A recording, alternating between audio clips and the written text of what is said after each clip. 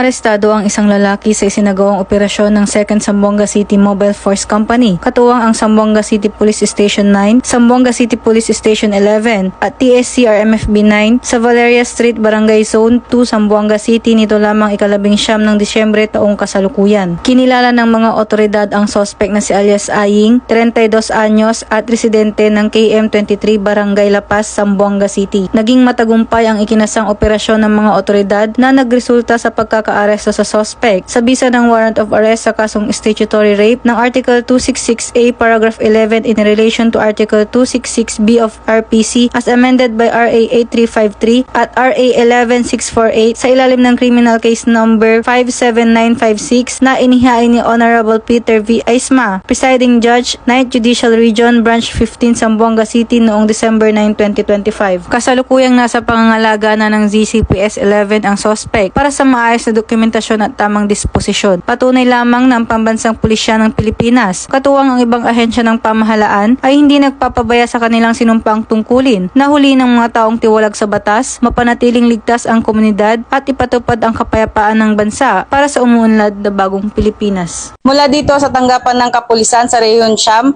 ako ang inyong PNN correspondent, Patrolwoman Luis Mariconde, alagad ng batas, tagataguyod ng Balitang Pulis.